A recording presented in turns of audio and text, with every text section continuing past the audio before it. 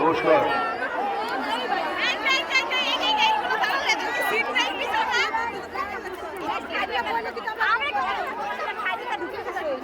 নমস্কার।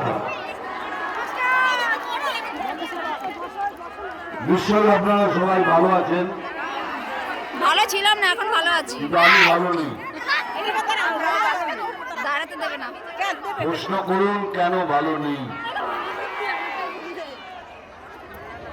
কেননা সকাল থেকে যেন মনে হচ্ছে আমি বাংলাদেশে আছি।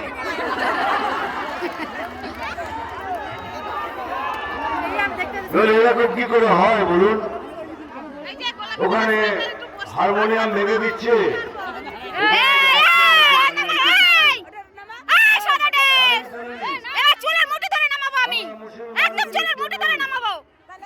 যেভাবে প্রচার করা হয় বিজেপি মুসলমানদের বিরুদ্ধে, আমরা বিরুদ্ধে নই।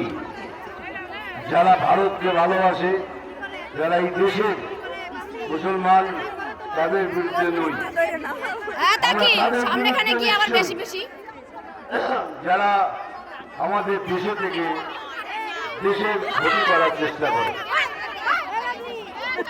আজকে এমন একটা অবস্থা দাঁড়িয়েছে, ভেতরে একটা ভয় ধরে গেছে, হয়তো কালকে এটা বাংলাদেশ হয়ে যাবে। কারণ এখানকার সরকার প্রতিবাদ করে না, খালি চেল্লায় আমাদের ডেমোক্রেসি নেই, আমাদের বাকরুদ্ধ করে দেওয়া হচ্ছে। বাকরুদ্ধ আমরা করছি না, আপনারা করছেন। কি করে তাহলে এ বাচ্চা মেয়েটাকে গঙ্গায় বেঁধে নেন না? কিসের জন্য? কিসের সাম্প্রদায়িকতা? মায়ের গান করলে সম্প্রদায় পাওয়া যায়? সবাই তো বলে মায়ের পায়ের নিচে নাকি স্বর্গ আছে। যদি মায়ের পায়ের নিচে স্বর্গ হয় তাহলে সম্প্রদায় হতে পারে কি করে? কিন্তু কষ্টটা এখানেই নয়। আজ দীপু দাসকে যেভাবে ছুরিয়ে তাকে জ্বালিয়ে দেওয়া হলো, সেটা দেখতে কি সুন্দর লাগছিল। ওদের লাগছিল, আমাদের লাগেনি। এই জন্য বলছি, এখন সনাতনীরা জেগেছে। আমি সনাতনী, আমি বুক চাপড়ে বলি আমি সনাতনী। আপনারা বুক চাপড়ে বলুন যে আমরা সনাতনী। এখন সনাতনীরা জেগেছে, আর সনাতনী জাগে মানে এই সরকারের শেষ। এই সরকার এইবারে তার পতন হবে হবে হবে।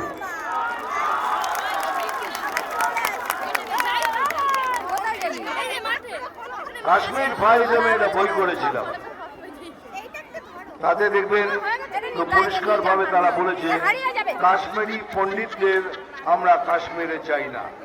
এখন কাশ্মীরের অবস্থা দারুণ। আমি নিজে শুটিং করে এসেছি, খুব সুন্দর অবস্থা কাশ্মীরে। কাশ্মীরের যুবরা বলছে আমরা এই কাশ্মীর চাই, কিন্তু বাংলাদেশেরা বুক ফুড়ে কেউ বলতে পারবে? কেউ বলতে পারবে না। কারণ এখন আমাদের মধ্যে ভয় ধরেছে আমরা বাঙালিরা এই বাংলায় থাকতে পারবো কিনা। আর যদি বাঙালিরা থাকতে না পারি তাহলে বলতে পারেন আমরা কোন জায়গায় যাব? আমাদের হিন্দু বাঙালিদের কোন দেশ আছে, কোন স্টেজ আছে যেখানে আমরা চলে যাব? অন্যদের কিন্তু অনেক দেশ আছে, তারা নিয়ে নেবে। আমরা কোথায় যাব? তাই বলছি, শক্ত হয়ে মাটি কামড়ে বসে থাকুন। মৃত্যু হলেও রেডি থাকবো।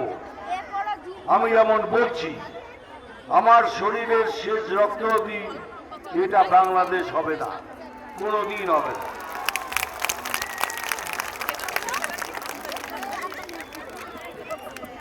এই যে কিছুদিন আগে আমি বহরমপুর গেছিলাম, একটা টোটোওয়ালায় আসে আমার পাশে, আমি কি ভালো আছিস? বলে হ্যাঁ ভালো আছি। কেন বেশ তো 1000 টাকা করে পাস। বলে দাদা সত্যি কথা বলবো, লিমিট ক্রস করলে 1000 টাকা নিয়ে নেয় ফাইন, আর সেটাই ঘুরে আমাকে দিয়ে দেয়। এই হচ্ছে 1000 টাকার করলে আমাদের লক্ষ্মী ভান্ডার, এখান থেকে নিচ্ছে, এখানে দিয়ে দিচ্ছে। এখান থেকে নিচ্ছে, এখানে দিয়ে দিচ্ছে, নিন, কোনো প্রবলেম নেই। 100 বার নেবেন, এটা আপনাদের পয়সা, নিন। কিন্তু একবার ভেবেছেন আপনার যে ছেলেটা বেকার বসে আছে সে কি করবে? অনেকের বাড়িতে ছেলে আছে যারা চুরি করতে জানে, তারা কারাপশন জানে, তাদের জন্য কিছু নেই। কিন্তু যারা করতে চায় না, যে ছেলের বিবেক আছে, সে কি করবে? আপনার বাড়িতে স্বামী বেকার, ওই 1000 টাকায় চলবে তো? ওইখানে ওইদিকে বোমা আছে আপনার বাড়িতে আপনার বাবা মা তারা অসুস্থ, এখানে দাঁড়ান এখানে দাঁড়ান যেটা আপনার অধিকার, আয়ুষ্মান ভারত, সেটা আপনাকে পেতে দিচ্ছে না। 5 লক্ষ টাকা পাবেন, কিন্তু আপনাকে পেতে দিচ্ছে না, সে অধিকার পর্যন্ত কেড়ে নেওয়া হয়েছে। তাহলে আর কি বাকি রইল? এইভাবে নড়লে